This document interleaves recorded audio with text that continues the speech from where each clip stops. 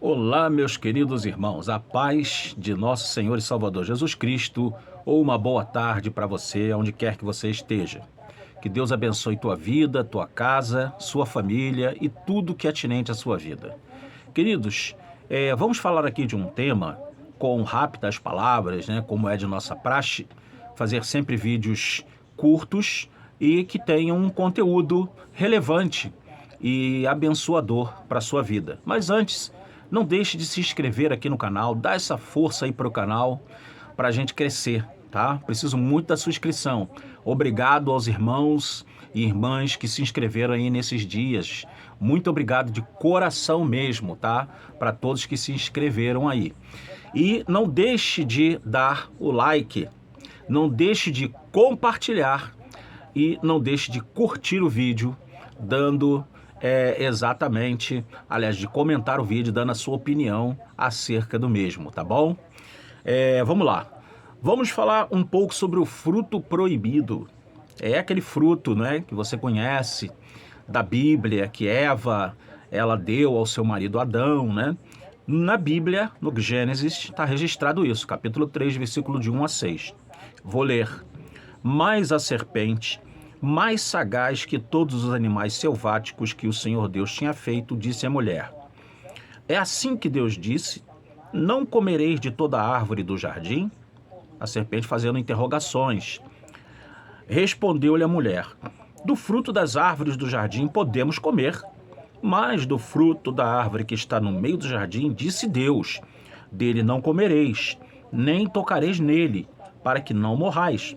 Então a serpente disse à mulher: É certo que não morrereis. Porque Deus sabe que no dia em que dele comerdes, se vos abrirão os olhos, e como Deus, sereis conhecedores do bem e do mal.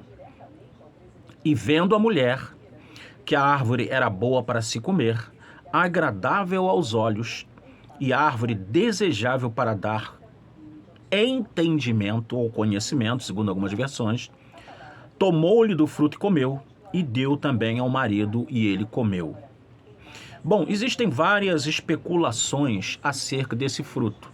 A mais conhecida delas é aquela bem tradicional que todos nós conhecemos, né? Que a mulher deu ao marido a maçã.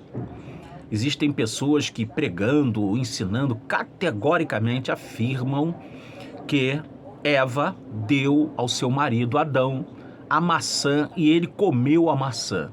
Você já deve ter ouvido isso muitas vezes, até mesmo nas igrejas ou até mesmo pelos irmãos da igreja, né? Que a mulher deu a maçã para o homem comer. Queremos aí tirar este conceito, desarraigá-lo do seu entendimento, né? Com a palavra de Deus. A palavra de Deus está dizendo literalmente que a mulher, vendo que a árvore era boa para se comer, agradável aos olhos, ela tomou do fruto, comeu o fruto e deu ao seu marido. A Bíblia não faz nenhuma citação de que fruto era esse. Então, queremos dizer a você que a questão e a ideologia da maçã, ela cai por terra à luz da palavra de Deus, à luz das escrituras sagradas, do que lemos no livro de Bereshit, não é? Dizendo que não era uma maçã, mas era um fruto. Então aí existem inúmeras interpretações que são faladas, ditas. Por que a maçã, né? Alguém pode falar, por que colocar a maçã?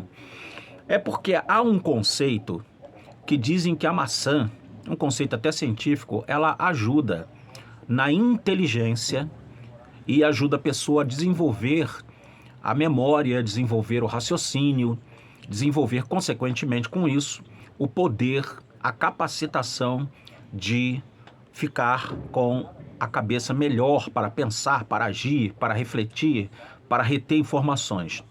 Então, e até dentro do texto tem até uma certa lógica, que diz o texto, né, vendo a mulher que a árvore era boa para se comer, ou seja, o fruto era agradável à vista, né?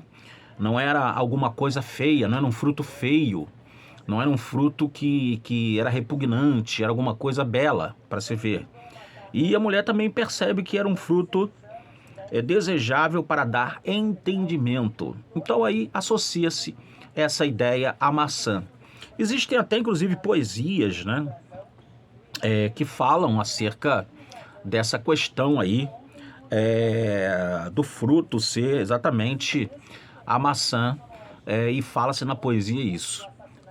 Alguns dizem até que nós homens temos esse gogó aqui, chamado de pomo de Adão, porque dizem que quando Adão comeu o fruto, a maçã, ele se engasgou. Aí por isso que nós temos o gogó aqui, nós homens, né? Mas isso daí é uma fábula, né? Na casa é uma lenda, é uma tradição aí, popular na realidade. Então, queridos, temos também uma literatura grega baseada num escritor por nome de Hesperides. Hesperides. As maçãs de ouro do jardim de Hesperides. Então, elas eram guardadas por um dragão e davam vida. Olha só. Então, tem um reflexo também na literatura grega, na literatura antiga, né, baseado até nessa lenda aí de Hesperides, nome bem diferente, né, que eram maçãs de ouro do jardim desse Hesperides, que esse jardim era guardado por dragões. Dragões guardavam ali para as pessoas não terem acesso, e era uma maçã como se fosse uma maçã mágica, que podia trazer uma experiência sobrenatural e mudar o raciocínio e a própria essência do ser que comesse dessa maçã. E há alguns concorrentes aí da maçã, né?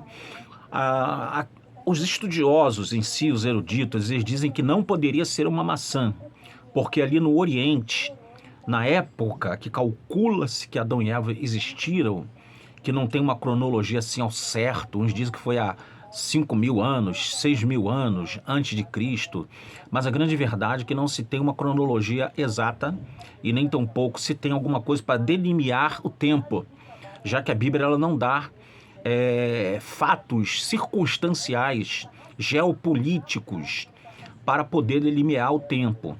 A única coisa que geopoliticamente se é falado é do rio, que se divide em 4 braços, que era o Tigre, o Eufrates, o Gion e o Pison. Fora isso, não existe nenhuma geopolítica ou nenhuma geografia que possa ajudar-nos para a identificação do Jardim do Éden. Uns dizem que era na antiga Mesopotâmia, mais propriamente dizendo, ali nas regiões onde está o hoje conhecido Iraque, ok? Algumas pessoas dizem que era o figo. Essa era a opinião de Teodoreto. Teodoreto, ele coloca o figo como sendo o fruto proibido. E também alguns dizem que pode ter sido o damasco, porque acredita-se que naquela região ali da antiguidade, o damasco era uma fruta muito conhecida, era uma fruta também com propriedades muito interessantes, medicinalmente falando, e alguns acreditam que foi o damasco. Outros acreditam que tenha sido até mesmo uma outra fruta, um outro fruto, até a carambola entra nesse rol de frutas aí do fruto proibido. Bom, a grande verdade, a grande questão teológica do texto é nos ensinar que todo homem, ele passa por uma prova. Eu passo, você passa, todos nós passamos. E o fruto proibido, nós dizemos esse nome fruto proibido, né? Não está dizendo isso na Bíblia também, tá? Fruto proibido, não está escrito lá o fruto proibido. Isso aí, se tiver em alguma Bíblia, os editores das edições que sociedades bíblicas fazem para poder dar ali a ênfase no assunto que a perícope, né, está se tratando. Perícope é a passagem bíblica, para você poder, já que você não está muito acostumado de repente com essa palavra, perícope, né, é o texto da Bíblia que está em questão. Então, os autores das sociedades bíblicas, os editores, eles colocam lá, né, a tentação da mulher, a criação do homem. Isso tudo não está nos originais hebraicos, nem nos originais gregos, nem nos originais aramaicos da Bíblia. Isso são epígrafes criadas pelas sociedades bíblicas. Mas quanto aí, não há nenhum mal, nenhum pecado nisso aí. Em relação, para ajudar, inclusive, nós entendermos aquilo que nós estamos ali lendo, vendo, né, no texto em questão. A grande verdade é que esse fruto, ele foi a causa do homem ter se desviado de Deus. Então, eu não sei qual é o fruto proibido que está te sendo oferecido.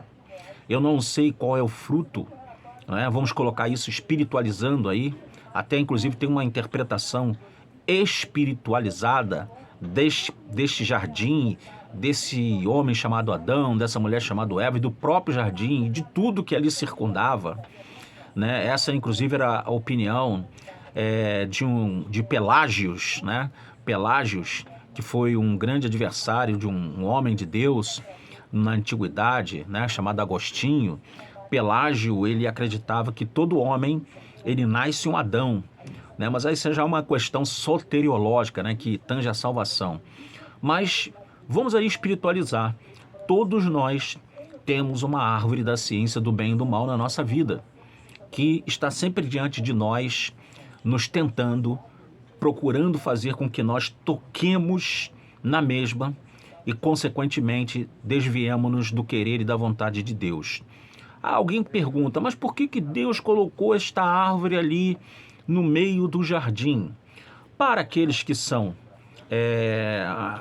que acreditam na soberania de Deus e não acreditam no livre-arbítrio, porque existem ramificações do cristianismo que não acreditam no livre-arbítrio. Diz que o livre-arbítrio foi criado pelo homem.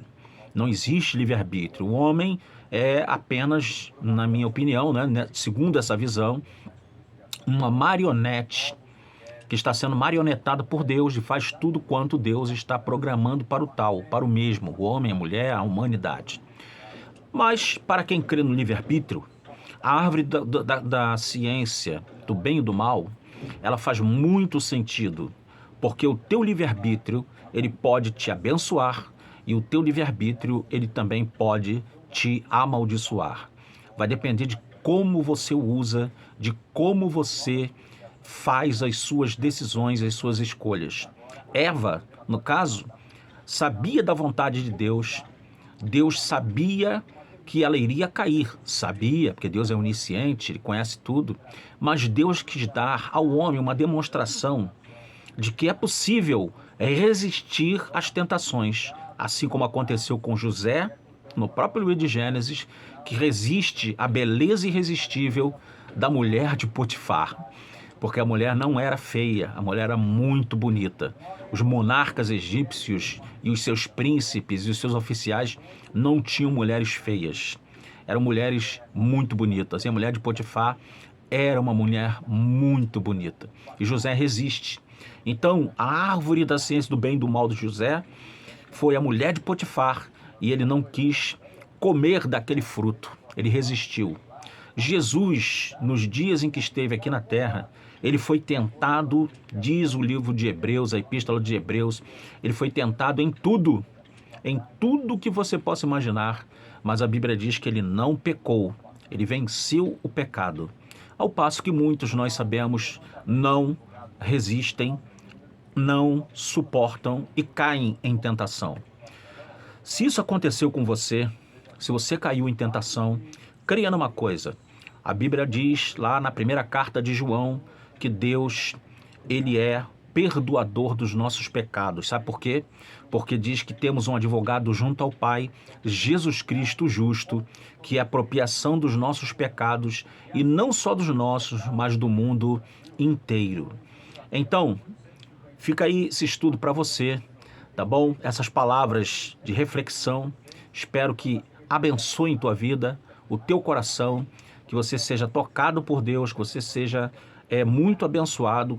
Conheça mais a Bíblia, estude-a, pesquise. A Bíblia, ela é fundamental para que conheçamos a vontade de Deus. E a Bíblia, eu costumo dizer, tem um conteúdo inesgotável. Se fôssemos, por exemplo, fazer um estudo de cada palavra dessa aqui, dentro de uma lexicografia, né, utilizando-se léxicos, né, de hebraico, nós teríamos aí muitas riquezas para ser extraídas daqui. Mas como nosso objetivo aqui é para ser prático, para ser uma pessoa prática, que venha trazendo uma mensagem de reflexão, nós estamos cumprindo aqui a nossa, vamos dizer assim, a nossa meta, a meta que está estabelecida no nosso coração, no meu coração em questão aqui, tá? Que Deus te abençoe, que Deus abençoe a tua vida e não deixe de dar o like, tá? Coloca lá, viu o vídeo, dá o like, não custa nada, apertar aquele botãozinho lá do Papo Firme, tá? Isso é importante demais. Se inscreva no canal e compartilhe os vídeos e que Deus te abençoe no nome de Jesus. Até o próximo vídeo. Amém.